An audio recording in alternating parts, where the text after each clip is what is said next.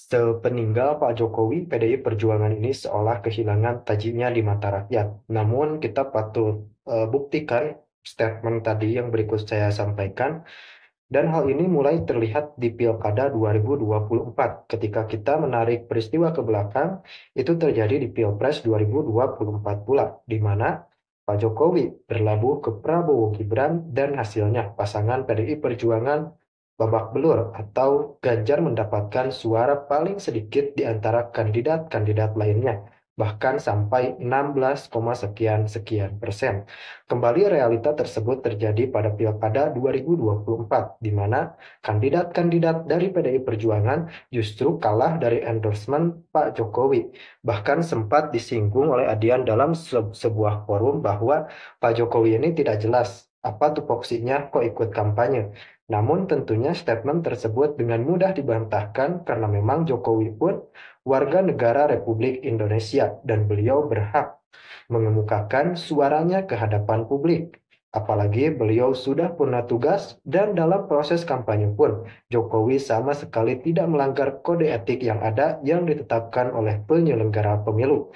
Dan hasilnya pasangan yang didukung oleh Jokowi menang telak terutama di Pilkada Jateng yang sebelumnya disebut dan dikenal dengan nama kandang banteng. Dan tentu saja ini menjadi sebuah pukulan tersendiri. Masyarakat, terutama masyarakat kita. Okay?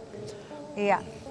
Pak Ahmad Lutfi, juga banyak pihak yang melihat kemenangan Anda itu tidak lepas dari endorsan Pak Jokowi dan juga Pak Prabowo. Kita lihat bagaimana Pak Jokowi turun gunung, ikut berkampanye, bahkan video endorsan Pak Prabowo mengajak masyarakat Jawa Tengah memilih Anda juga sangat viral gitu. Apakah seberapa besar menurut Anda faktor dari Pak Jokowi dan Pak Prabowo ini dalam kemenangan Anda? Versi quick. Saya dengan Gus Yassin bangga ya karena Bapak Presiden kita, Presiden ke-7 Bapak Joko Widodo merupakan suri toladan daripada pimpinan kita yang telah memberikan direktif pada kami. Suri toladan ini kami pegang untuk menjalankan aspirasi apa yang dilakukan. Kita mengetahui bahwa wilayah tidak hanya Jawa Tengah, mungkin Jawa-Jawa yang lain, dengan suri toladan beliau membuat kita lebih bangga bahwa kita didorong oleh beliau. Kemudian yang kedua, kami dengan Gus Yassin dulu pertama masuk adalah dalam kerangka politik adalah Gerindra. Artinya Pak Prabowo sebagai presiden saat itu adalah ketua umum Gerindra yang telah memberikan delivery kepada kami untuk didorong dan didukung Partai Gerindra, sehingga secara tidak langsung ini merupakan suatu bentuk kolaborasi pemerintah pusat dalam hal ini Pak Presiden kepada kami nanti terpilih sebagai gubernur berikut kabupaten kota di wilayah kita. Artinya linear dengan apa yang dilakukan oleh Bapak Presiden terpilih. Demikian Mbak. Pak Lutfi, tapi seberapa signifikan menurut Anda endorsan dari Presiden dan juga mantan Presiden terhadap kandidasi Anda di Jawa Tengah?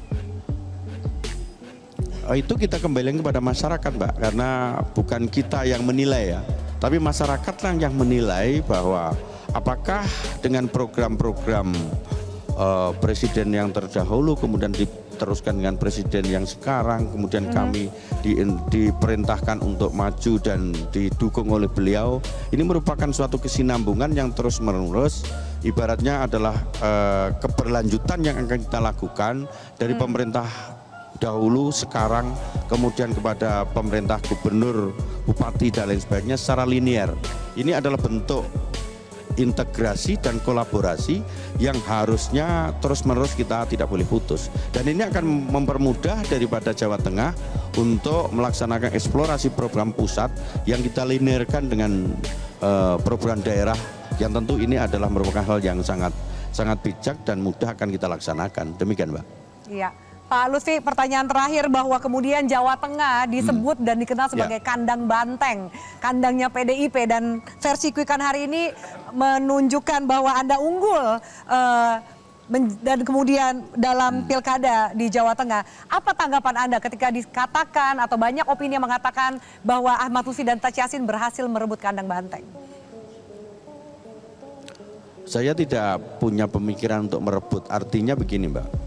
Pemimpin itu kan untuk bermanfaat orang lain. Toh nanti kita menang dalam berkontestasi itu bukan pribadi kami dengan Gus Yassin. Kemenangan masyarakat Jawa Tengah adalah kemenangan masyarakat. Jadi rakyatlah yang menang dalam hal berkontestasi ini. Terlepas itu punya trademark backgroundnya dari mana, tetapi masyarakatlah yang berhak untuk suara rakyat adalah suara Tuhan. Sehingga kami dengan Gus Yassin untuk mengemban amanat ini semoga amanah. Itu kalau nanti secara real count akan terjadi. Sehingga secara tidak langsung masalah itu kandang, banteng dan lain sebagainya kami tidak terlalu melihat ke sana. Tetapi prinsip bagaimana saya dengan Gus Yassin nanti bisa bermanfaat untuk masyarakat Jawa Tengah. Itu aja prinsipnya, Mbak. Okay. Apakah Pak Lutfi dan Mungkin Pak Gus Taj Yassin Yassin sudah kontak dengan Pak Prabowo atau Pak Jokowi hari ini? Diskusi mengenai hasil quick count hari ini? Sebelumnya belum, Mbak, karena dari tadi waktu sore saya milih, kemudian kita geser ke sini, belum sempat. Tapi insya Allah suatu saat atau kapanpun akan komunikasi, karena itu kan direktif yang harus kita laksanakan sebagai pengejawatan pelaksanaan tugas yang akan kita laksanakan. Okay? Iya. Mungkin Pak Taj Yassin mau mewakili ucapan terima kasih atas keunggulan versi quick count di Pilkada Jawa Tengah, Pak Taj Yassin. Ya, terima kasih Mbak Evi bahwa kemenangan kita ini tadi disampaikan bahwa kemenangan ini adalah kemenangan masyarakat Jawa Tengah yang telah memberikan amanah kepada kami secara quick count ya. Kita tetap masih menunggu real count yang nanti akan diumumkan oleh KPU, dan kami juga mengucapkan tadi kerja-kerja tim yang dilakukan kita mulai dari partai politik, dari organisasi-organisasi yang ada di Jawa Tengah termasuk relawan. Kalau kita lihat Jawa Tengah ini kan luasnya ada 35 kabupaten kota, nggak mungkin kami bisa ketemu dengan sejumlah 37 juta masyarakat, nggak mungkin. Sehingga inilah yang disampaikan oleh partai politik.